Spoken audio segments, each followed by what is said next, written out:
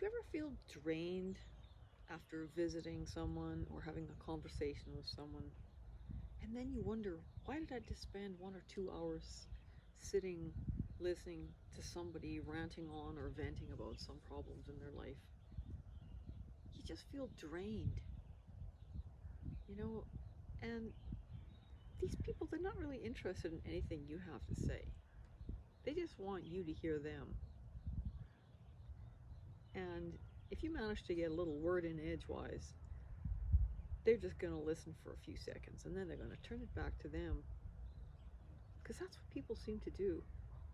I often wonder, is that what I do? I mean, it makes you self reflect and wonder, am I like that? But no, I actually genuinely listen to people because I'm interested in people. I'm actually interested in other human beings. I find them really interesting. What they do, how they think. But, if people are having a mini crisis or, I don't know, whatever it is that happens, people, we all have problems.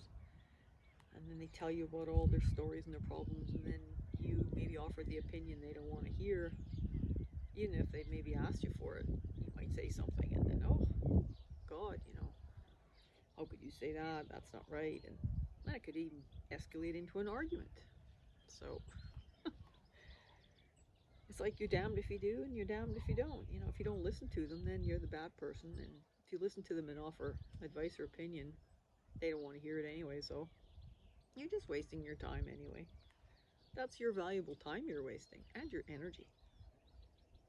I'm not saying all people are energy vampires, but there's very few people out there that you can be in their company for long periods of time, that you actually feel quite calm and refreshed after the conversation or the visit.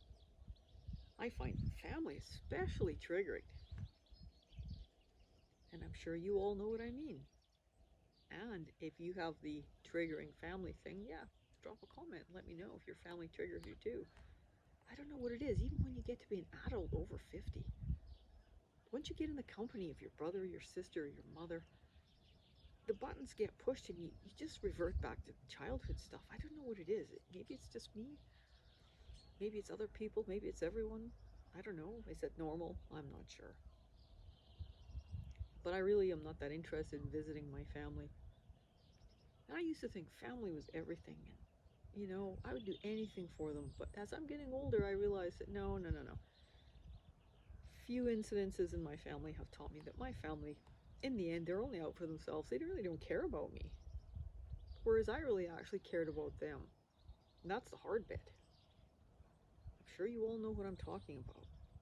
You know, when your family is the one that drains you, they can really put you in a bad mood, push your buttons. It's not a joke, I shouldn't be laughing. But yeah, society tells you go out, make connections, you need to have a circle of friends.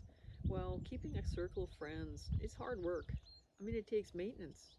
Are you willing to put all that time and maintenance into maintaining friendships? And it is actually true, friendships are transactional. Everybody's in a friendship for a reason. The reason is something that suits them.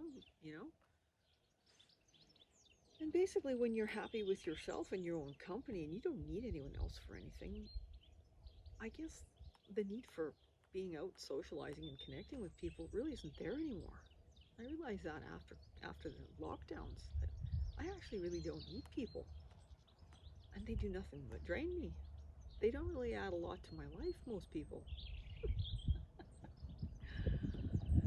But yeah, the next time you're out there and you're visiting a friend, you'll notice, a lot of people just want to talk about their stuff. They're not really interested in what you have to say. I don't know. Unless they're picking your brains about something and they need to know something. So I have dogs and maybe they need advice for their dog. But even then, you give them the advice for their dog and they don't really take it. Or they'll question it. And it's like, I've had dogs my entire life. I'm a professional dog trainer. Needless to say, I've got one back there that's obsessing over cats. You'll not stop them doing that. That's in the nature of this breed I have.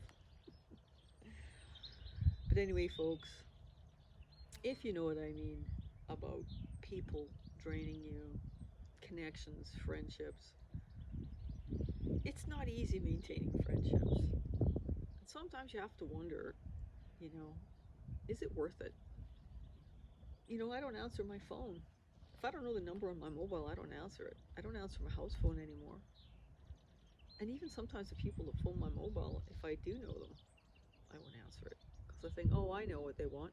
Nobody ever phones me unless they want something. I'm sure you know what that's like.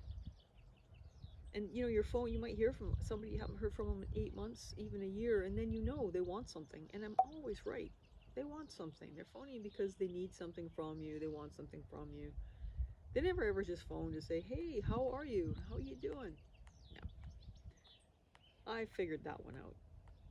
I'm getting wiser as I'm getting older.